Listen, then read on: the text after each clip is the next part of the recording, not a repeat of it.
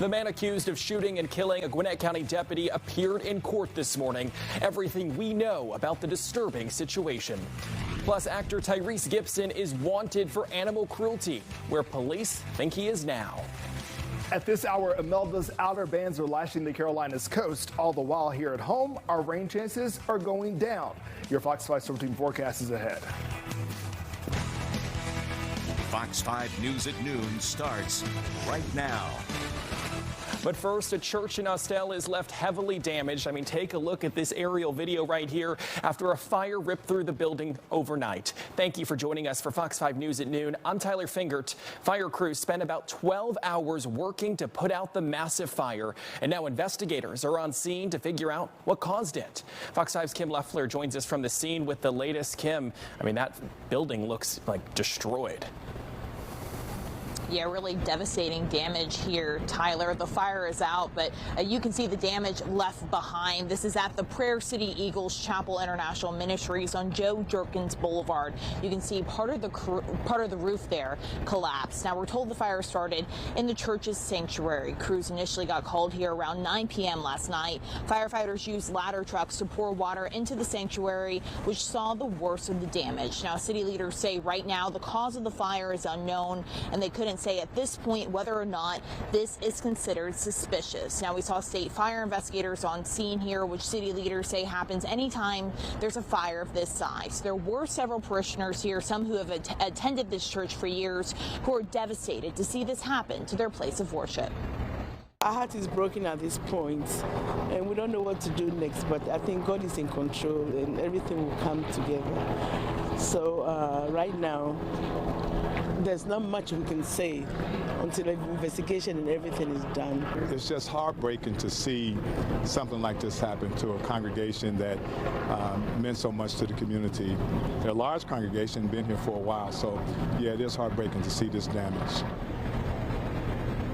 Now, fire officials say there were no injuries during this fire, which is some good news. But again, the exact cause of the fire here is still under investigation. Of course, we'll keep you updated as we learn more as the investigation here continues. Live this afternoon in Austell, Kim Leffler, Fox 5 News. Yeah, Kim, that fire looks very tragic. Thank you for that update.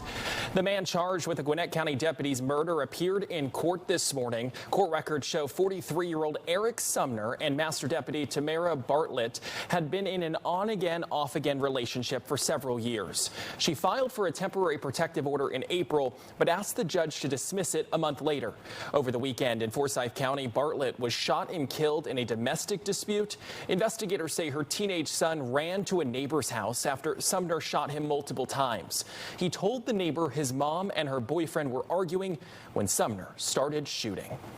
When we got the news, and we were extremely upset and shocked. A tragedy like this, it's like very depressing. Being in the neighborhood, it feels like we are missing an important person in the neighborhood.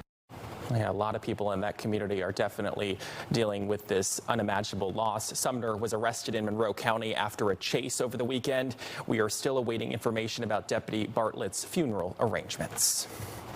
A 20-year-old inmate is now at Grady Memorial Hospital after being hurt at the Fulton County Jail. The sheriff's office has not released information as to how the inmate got hurt, but Sheriff Pat Labatt says his office is investigating. This all comes as the Fulton County Commission and the sheriff battle over renovation plans for the jail. One expert we spoke with says changes at the jail can't come soon enough. It's very concerning. Again, I have to go back to what is already on federal record and has already been released to the public about the conditions of the jail. And it has less to do with the building, but the management and the operations. And that is specifically stated in the Federal Monitor's report. Right now, we are waiting to learn more about the inmate's condition. However, we do know that the inmate has been at the hospital for a week now. Actor and singer Tyrese Gibson is wanted on animal cruelty charges after his dogs allegedly attacked and killed a neighbor's pet. According to Fulton County Police, the Fast and Furious star has refused to turn over his dogs and may no longer be in the country. Fox 5's Mark Teichner has more on this developing story. According to Fulton County Police, they reached out to Gibson and demanded that he turn those dogs over. They say he has refused to do so. They also say he needs to surrender himself, and at least for now hasn't done that either. He was so loving. He was a little mischievous. He was a big kisser. Harrison Parker says his King Charles Cavalier Spaniel Henry was the best dog anyone could have. On September 18th, Parker let Henry out in the front yard of their Buckhead home, just like he had done for years. When Henry didn't return, Parker went to investigate and found the little dog dead. It was horrible. Like, I really hope his suffering was quick. Police say Henry was mauled by these 4 cane Corsos, which investigators claim belong to Fast and Furious star Tyrese Gibson, who lives around the corner. Fulton County Police say they've gotten multiple reports of Gibson's dogs getting loose. When Animal Control showed up at the star's home to cite him, they say he wasn't there. They then told him to surrender the dogs, but claim he refused. Police then got a search and arrest warrant on animal cruelty charges. He was not at the residence, and neither were the dogs. They had already been removed. So at this point, he is wanted for cruelty to animals, and we're asking him to turn himself in. Police say Gibson's lawyer told them he'd surrender by the end of last week, but never did. Now they're concerned he might have left the country. He didn't take it seriously. And now a wonderful life is dead, you know, and I'm never going to get him back. We reached out to Gibson's lawyer hoping to get a comment. Haven't been able to get a hold of them. If we do get something, we'll let you know. Reporting from downtown, I'm Mark Teitner, Fox 5 News. Mark, thank you. The time now 12:05 on this Tuesday afternoon. Time for a check of today's weather as we look across Midtown Atlanta from our Fox 5 net cam. You can see the gray clouds there.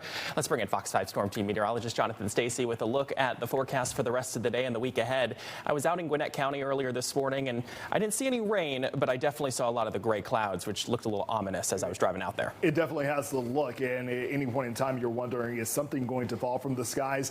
And for the majority of us, the answer is no. But for a few, yes, you'll get a couple drops before the day is done. But at this point, it is the clouds that are large and in charge. Those clouds stemming from the outer bands of a tropical system that is just off coast to our east. We actually have 2, Hurricane Imelda and Umberto. Umberto is further to the east, and you can see here, Imelda continues to lash the Carolinas coast with some passing showers. We're getting in on the cloud cover that's wrapping around the far outer bands, but in terms of rainfall, well, that's hard to come by. If you get any showers over the next hour or two, it's going to be across far northeast Georgia.